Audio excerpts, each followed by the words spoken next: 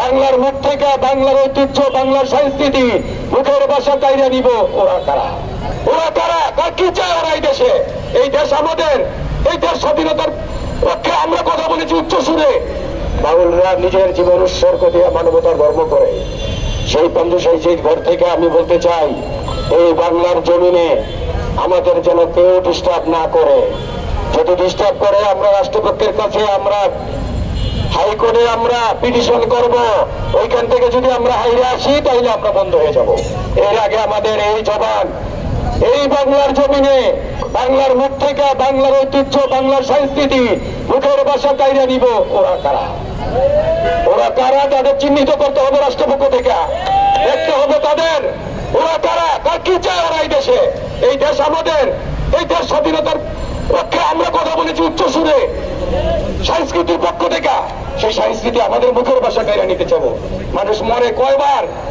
একবার মরে, বারবার মানুষ মরে না।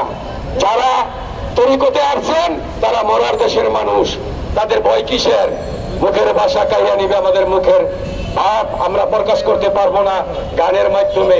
এ তো আদি থেকে চলে যাচ্ছে, আদি থেকে অনন্ত পর্যন্ত চলবে, আদি থেকে অনন্ত পর্যন্ত চলবে। এই জীবে করবে, সেই জীবে শ্রেষ্ঠ জীব আমরা মানুষ, আদম জীব। এখানে হিন্দু, বৌদ্ধ, খ্রিস্টান ভাগাভাগি করে নাই। কি জাত? আদম জাত, মানুষ জাত, সর্বজনীন ধর্ম। এই ধর্ম সবার জন্য প্রযোজ্য। এই ধর্মতে কিছু শিখতে হয় না। আমাদের বাংলা মুখের ভাষা দিয়ে আমরা ধর্ম শিখবো, ধর্ম করব। আমরা আল্লাহকে যদি ডাকি, হে আল্লাহ তুমি আমার কথা শোনো, আমি যদি সাত্বিক হই আমার কথা শুনবো। আমাকে ওইটাতে আরেক ভাষায় বলতে হবে। সেই জন্য লালন সাইজি বইলা গেছে, বিভিন্ন জাতের বিভিন্ন বাণী। এটা হলো ভিন্ন দেশের ভিন্ন বাণী। আমাদের বাণী কি? আমাদের রাষ্ট্রভাষা বাংলা। আমরা বাংলায় তাকে উপাসনা করব, বাংলায় তাকে কি করব? তাকে স্মরণ করব। আমরা মসজিদে গিয়া যদি আমি কিছু জানি না, সূরা কারা, আমি যদি যাই যদি বলি হে প্রভু আমি কিছু জানি না, তুমি আমার মুখের ভাষাটা কবুল করে আনো, আমি সত্যভাবে চলবো, সাত্বিকভাবে চলবো, পরোপকারী হবো, মানবতার কাছে আমি নিজকে উৎসর্গ করবো, তাতে আল্লাহ খুশি হয়ে যাবে। এটি আল্লাহ খুশি হয়ে যাবে। আর কিছু দরকার নাই। যে মানবতা নাই তার বিরুদ্ধে তার কোনো ধর্ম নাই। মানুষের প্রতি মানুষের কল্যাণ যে না করতে শিখছে, মানুষের অকল্যাণে যে সর্বক্ষণ চেতন থাকে, সেখানে অসুর, তার ভিতরে কখনো সুরের হাওয়া আসে না।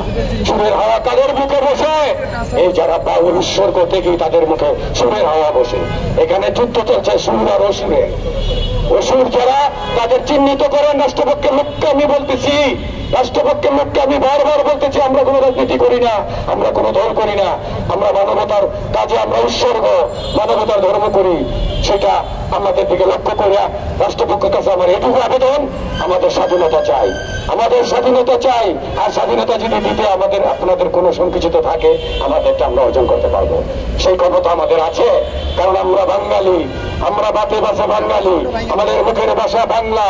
আমাদের বাংলার জমিনে কেউ কিছু করবে, বাংলার মুখের ভাষা কাইরা নেবে সে কে?